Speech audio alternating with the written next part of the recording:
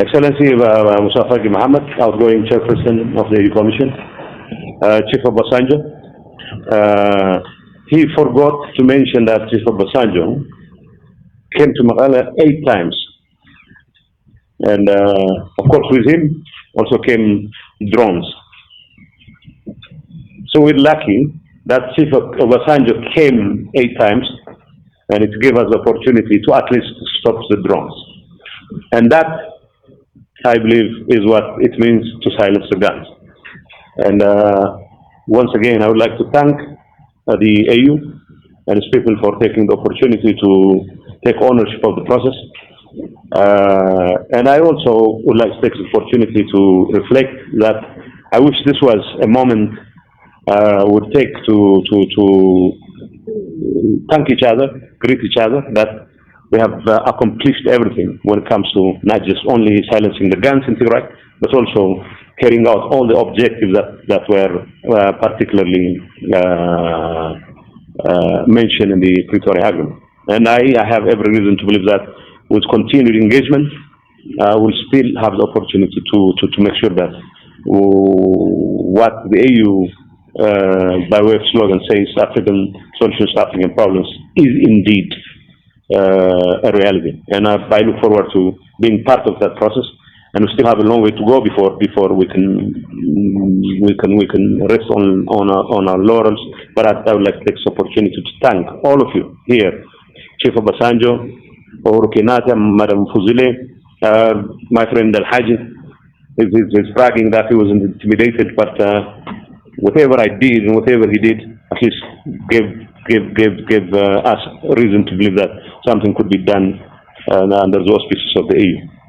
And as my friend Gideon here, a stickler for details, who wasn't just a justice minister, he was the guy who gave us a run for your money, as it were.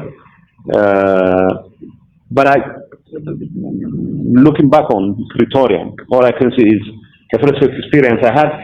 Commissioner Bankole was telling me what the engagement looked like with Minister Pandor. The first impression we had was we were kept in the DIRCO office. We're not even allowed to go out of that particular premise, not even for a walk. So I felt like we were being forced into some kind of I mean, we were expected to cap up a solution, or else you'll not be allowed to go. But again, the continued engagement after 10 days gave rise to the kind of conclusion that I particularly am proud we have achieved. Silencing the guns in 2013 is, I thought when this was launched, I thought this was too much of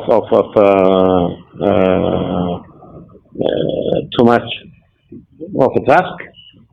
I have reason to believe that silencing the guns should not have been too much of a task.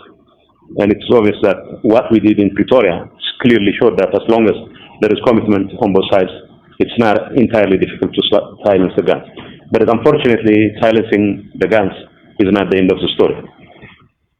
And AU leadership, I clearly, one of the lessons that you've been alluding to is AU leadership. AU leadership is good, but it's not entirely good enough, because yes, finance is one thing, FTB has been doing this and that, but for our engagements to go beyond the slogans, for our engagements to result in the kinds of outcomes that we all would cherish, the engagement of other parties, as you have rightly pointed out, is quite critical.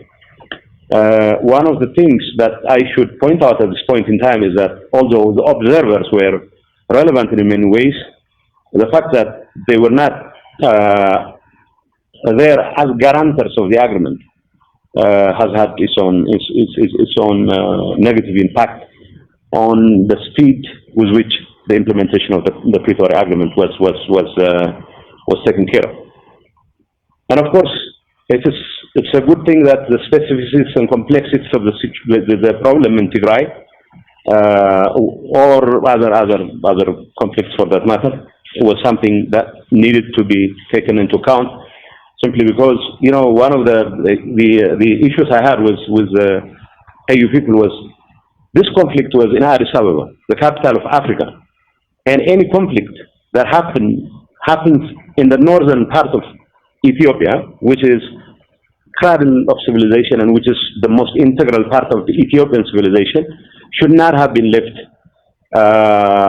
for people to sort out. Of course, the AU should have played and should continue to play a much stronger and much nuanced role in addressing this issue, because any conflict in Ethiopia and any conflict in the capital of Africa simply would end up upending any peace process and any process to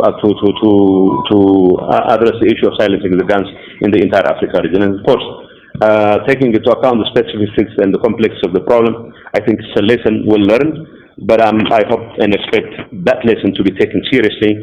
And for AU, now that Commissioner Bankole has a renewed mandate, will take into account more seriously than ever. The fact that the observers were not guarantors has caused its own problems, but still we have to continue to engage the people who have the best interest of Ethiopia, the best interest of Africa in mind. Whether or not they are the ones who are going to foot the bill or not is secondary as far as we're concerned. Another point I would like to raise is the scope of the cessation of hostility agreement is about silencing of the guns, but it should go beyond that. We still have issues that cannot be taken care of unless there is a continued engagement. There are external actors involved in the conflict, and whatever we do is not going to take away from the equation that there are other parts involved in this conflict, and unfortunately for us, they are not party to the Pretoria Agreement. And the kind of continued engagement by the international community is going to remain critical. And I think this is something we should always be mindful of. Peace agreements are not, as you have rightly pointed out, are not an end, but they are a means to an end. I still consider what Madam Fuzile had to say about the involvement of women in the negotiation process. The most important contribution Madam Fuzile had was not her presence as a woman, but more importantly, her continued advocacy of the cause of women and children. And I would like to once again call upon the AU, the international community, to still consider the kind of suffering women and children in Tigray have to go through right now as we speak. And it's not just about the presence of women members in the negotiating team that matters. Of course, it matters a lot.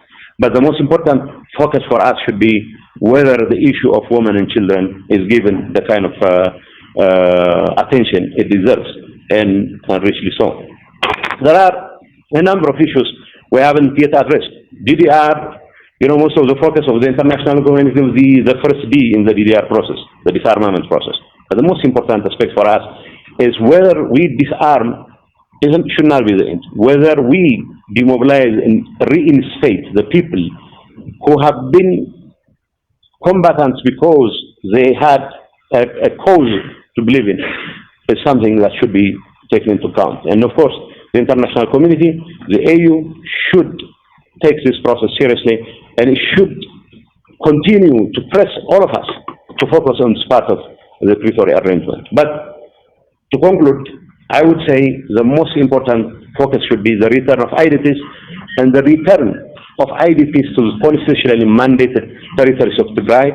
And the Constitution clearly requires that we address this issue and address it in a manner that ensures sustainable peace and security in the entire region. And I would like to take this opportunity to thank not just Musa Faki Mohammed and Commissioner Bankole and Chief of Basanjo and Uhuru Kenyatta and Madam Fuzile, but my friend Al Haj, who had difficulty taking my phone calls because I'd be making all kinds of threats. But we'll continue to engage the AU, our panel members, and those who are going to take over as the heads of the AU Commission. And more importantly, we'll continue to engage our friends Gideon, and hopefully he's going to learn more diplomatic language than he used to when we were in Pretoria, when he was obviously pushing the envelope every now and then. You would understand that, and we'll definitely remain the course. We'll definitely continue to commit ourselves to the cause of peace, and we'll call on the international community, the AU, the federal government, and all parties involved to make sure that the women and children who are suffering needlessly in squalid conditions in IDP camps are returned to where they belong. Thank you once again.